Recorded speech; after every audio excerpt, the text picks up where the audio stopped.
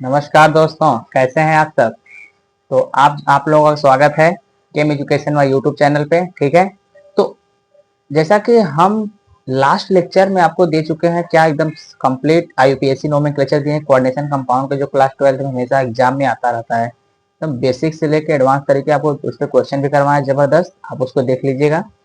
और आज वाले में देखिए हम क्या लाए हैं। आज लाए हैं वैलेंस बॉन्ड थ्योरी। क्या लाए हैं? Valence bond theory. यानी इतना इंपॉर्टेंट थ्योरी है कि इससे क्वेश्चन हमेशा आता है बोर्ड एग्जाम में, नीट आईआईटी मतलब हर जगह क्वेश्चन आता है। आप इसको देखिएगा ध्यान से और इसको क्वेश्चन सॉल्व करने की कोशिश करिएगा। देखिए, valence bond theory coordination compound का है और बहुत इंपॉर्टेंट थ्योरी है। ठीक है, उसको चालू करते हैं। देखिए ध्यान से आप लोग। देखिए हम क्या देख रहे हैं, वैलेंस बॉन्ड थ्योरी। ठीक है, देखिए वैलेंस बॉन्ड थ्योरी क्या करता है डिटेल में तो आपको बताएंगे, लेकिन इसको कोई थ्योरेशन नहीं लिखवाएंगे क्योंकि आप लोग क्वेश्चन देखिए कैसे इससे क्वेश्चन सॉल्व होता है। ठीक है, तो इसमें क्या कहा जाता है, तो देखिए आपके पास सबसे पहले कोऑर्डिनेशन कंपाउंड जो होता है, हमारे कोऑर्डिनेशन कंपाउंड यही ले रहे हैं K4 Fe का होल सिक। इसका आईपीसी नेमिंग क्या होता है भैया बताइए आप सब। पोटेशियम हेक्सासाइनोफेरेट 2 इस तरह से होता है। लास्ट लेक्चर में इसको टेट्रा बोल दिया, इसको आप करेक्ट कर लीजिएगा। टेट्रा नहीं, क्योंकि 6 है तो हेक्सा होता है। क्या होता है? Potassium hexacyanoferrate 2। टू क्यों लिखते हैं? क्योंकि 2 यहाँ पे रोमन नंबर होता है। आप फिर नंबर के हिसाब से लिखते हैं, सबको बता चुके हैं। लेक्चर देख लीजिएगा, वो क्लियर हो जाएगा। ठीक है, तो अब इसमें क्या होता है, इसको बोलते हैं काउंटर आयन, इसको बोलते हैं मेटल, बाकी को क्या बोलते हैं? लिगेंड। क्या बोलते हैं? लिगेंड। तो वही चीज कहा गया है, लिगेंड के पास क्या होता है, लिगेंड के पास आपका होता है लोन पेयर, यानी इसके पास पेयर ऑफ इलेक्ट्रॉन होते हैं जो पॉइंट से दर्शाते हैं। ये अपना पेयर ऑफ इलेक्ट्रॉन क्या करता है, इस जो मेटल होता है, जो यहाँ पे धातु होता है, इसके पास एक खाली ऑर्बिटल होती है। अपना लोन पेयर क्या करेगा, ये जो लिगेंड रहेगा अपना लोन पेयर क्या करेगा, उस मेटल के खाली ऑर्बिटल में देगा।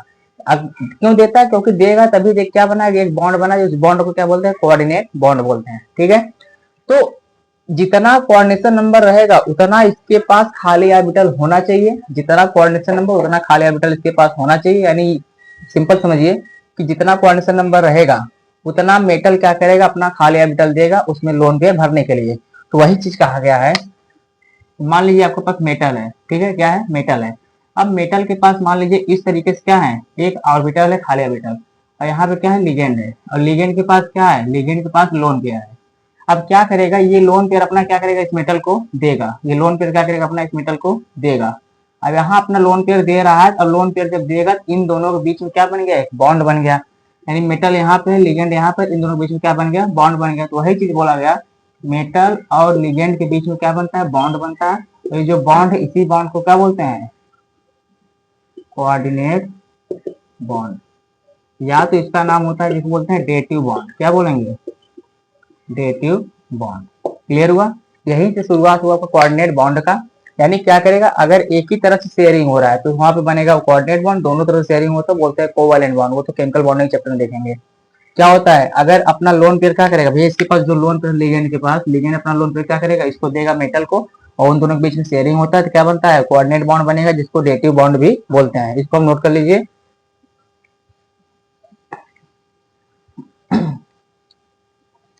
अब देखिए, जो आपका मेटल होता है, क्या चीज, जो मेटल होता है, ध्यान सुनिए, मेटल मेटल मेटल के पास ऑप्शन होता है, वो क्या यूज करता है, यूज, यानी यूज कर सकता है N-1 डी इलेक्ट्रॉन को भी और Nd इलेक्ट्रॉन को भी।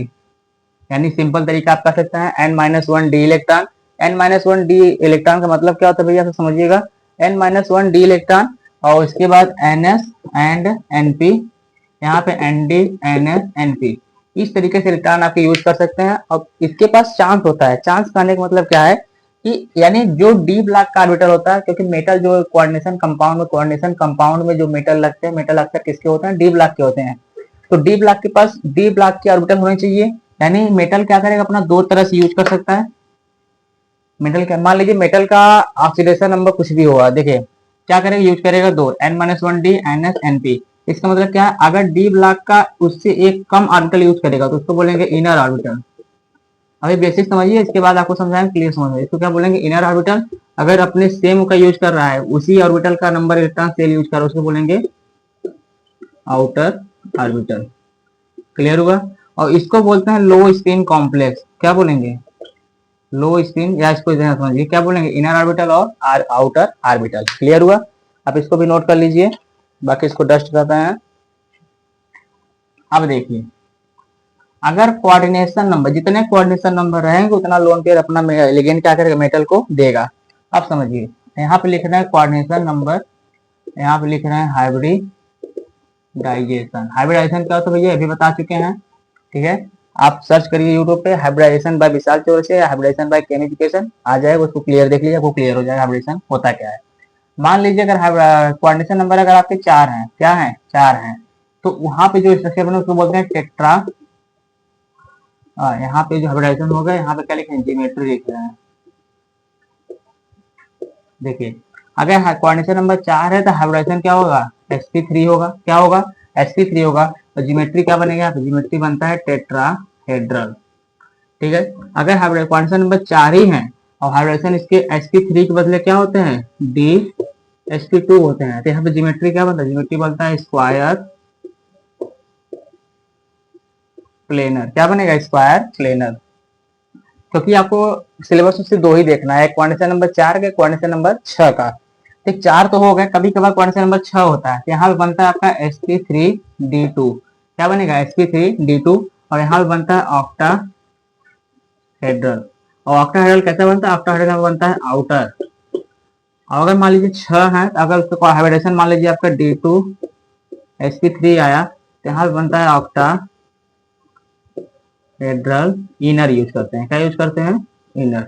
कितना क्लियर हुआ, आप इसको नोट कर लीजिए, बाकी इसको डस्ट करना, फिर आपके आगे इसके आगे कहानी आपको बताते हैं। बस यहाँ पे आप उसको पढ़ते रहिए और थोड़ा मस्त तरीके से रिवाइज करते रहिए, इसको डस्ट कर रहे हैं।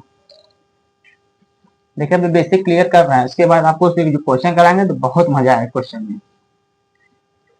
इतना क्लियर हो गया? अब देखिए, एक और आपको जानना है कि जो आपका लिगेंड होता है, क्या चीज, लिगेंड। लिगेंड आपका 2 टाइप होता है, कैसा कैसा, एक होता है आपका स्ट्रॉन्ग